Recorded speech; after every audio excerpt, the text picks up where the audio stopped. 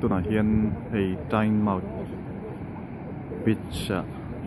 meka Tynemouth Beach hi tun main atuna nga po hin samara chuan surfing atan anong mang thina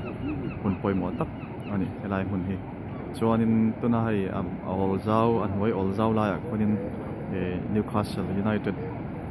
Football Club te point training na tan anong mang thina chuan he mun hi hun poimo tak ania Newcastle atangin ahla lawa metroin darkar chanve velkal ani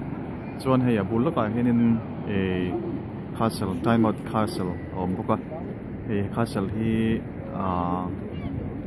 the north east England chuan poimo tak ani ve boka apia deuloka son somi milim kan mu thei pia son north shield le south shield boka ni chuan river Tyne run luan na sami apia son ni tuipui kam vapo tu kan te beng so kami Tyne river ka tuipui kam tuipin riat ta hianin apap luan po chuan hei summer ala ni launan hianin classic nilom aina tan hen tangkai em mai ta hen hei hianin hmuna te lo mang lamah sapho hianin chuan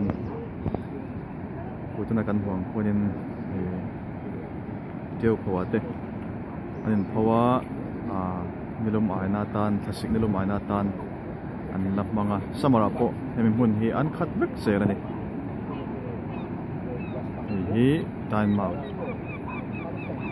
tuipui kam ani